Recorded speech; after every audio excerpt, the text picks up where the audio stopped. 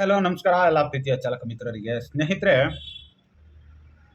2.5 ಲಕ್ಷ ರೂಪಾಯಿನ 3 ಲಕ್ಷ, 5 ಲಕ್ಷ, 10 ಲಕ್ಷ, 20 ಲಕ್ಷ ಒಂದು auto rickshaw ಆಗ್ಬೋದು, ಒಂದು ಕಾರ ಬಂಡವಾಳ ಆಗ್ಬೋದು, ಅಥವಾ ಒಂದು ಗೂಡ್ಸು ವಾಹನಗಳು ಬಂಡವಾಳ ಆಗ್ಬೋದು.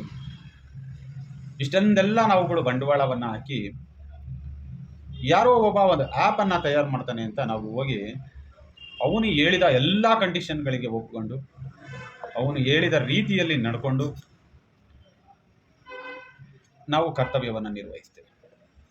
ಆದರೆ ಬಂಡವಾಳ ಹಾಕಿರ್ತಕ್ಕಂತಹ ಚಾಲಕರುಗಳ ನೋವು, ನಲಿವು ಮತ್ತು ಅವನ ಕಷ್ಟವನ್ನು ಕೇಳೋದಕ್ಕೆ ಯಾರೂ ಇರೋದಿಲ್ಲ.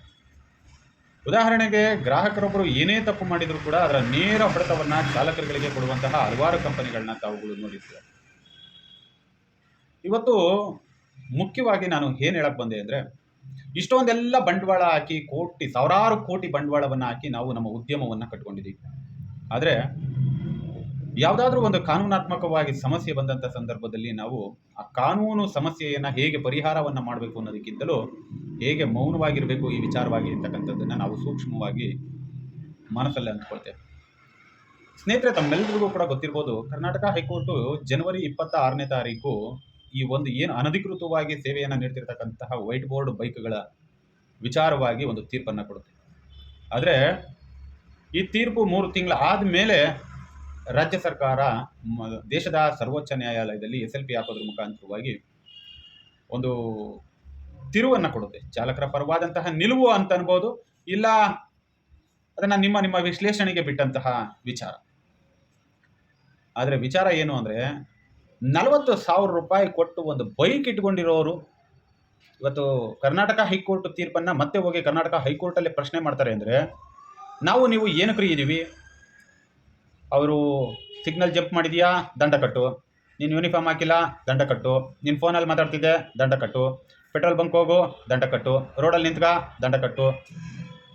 ರೀಸಸ್ಗೆ ಹೋದ್ರೂ ಕೂಡ ದಂಡ ಕಟ್ಟಿಸ್ಕೊಳ್ತಾರೆ. ಕುಂತಲ್ಲಿ ನಿಂತಲ್ಲಿ ದಂಡ ಕಟ್ಟೋದಕ್ಕೆ ಮಾತ್ರನೇ ಯೆಲ್ಲೋ ಬೋರ್ಡ್ನ ವಾಹನದ ಚಾಲಕರು ಮತ್ತು ಮಾಲೀಕರುಗಳಿರೋದು ಅನ್ಕೊಳ್ತೀನಿ. 40,000 ರೂಪಾಯಿ ಬೈಕ್ ಇಟ್ಕೊಂಡಿರೋ ನೀವು ಕರ್ನಾಟಕ ಹೈಕೋರ್ಟ್ನಲ್ಲಿ ಹೋಗಿ ಇದು ಪ್ರತಿಷ್ಠಿತವಾದಂತಹ ಲಾಯರ್ಗಳನ್ನ ಇಟ್ಕೊಂಡು ಒಂದು ವಕಾಲತ್ತನ್ನು ಹಾಕ್ತಾರೆ ಅಂತಂದರೆ ನಿಮ್ಗೆ ಏನ್ರಿ ಬಂದಿರೋದು? ಫ್ರೀ, ನೀವೇನೂ ಕೊಡಬೇಡ್ರಪ್ಪ ನಮಗೆ ಫೀಸನ್ನು. ನೀವು ಬರೀ ಬೆಂಬಲ ಒಂದನ್ನು ಕೊಡ್ರಿ, ನಿಮ್ಮ ಪರವಾಗಿ ನಾನು ಹೋರಾಟವನ್ನು ಮಾಡ್ತೀನಿ ಅಂದರೂ ಕೂಡ ನಿಮ್ಮ ಒಂದು ಬೆಂಬಲವನ್ನು ಕೊಡೋದಕ್ಕಾಗೋದಿಲ್ಲ. ಇದೇ ರೀತಿ ತಾವುಗಳು ನಿಜವಾಗ್ಲೂ ಕೂಡ ಅಸಡ್ಡೆತನ ಮತ್ತು ಸೋಂಬೇರಿತನ, ನಮಗೆ ಯಾಕೆ ಈ ವಿಚಾರ ಅನ್ನೋದನ್ನು ತಾವೇನಾದರೂ ಕೂಡ ಮುಂದುವರಿಸ್ಕೊಂಡು ಹೋದರೆ ಮುಂದಿನ ದಿನಗಳಲ್ಲಿ ನಿಜವಾಗ್ಲೂ ಕೂಡ ಇದ್ರ ವಿರುದ್ಧವಾಗಿ ಹೋರಾಟವನ್ನು ಮಾಡೋದಕ್ಕೆ ಯಾರು ಬರಲ್ಲ ಅಂತ ಅನ್ಕೊಳ್ತೀನಿ.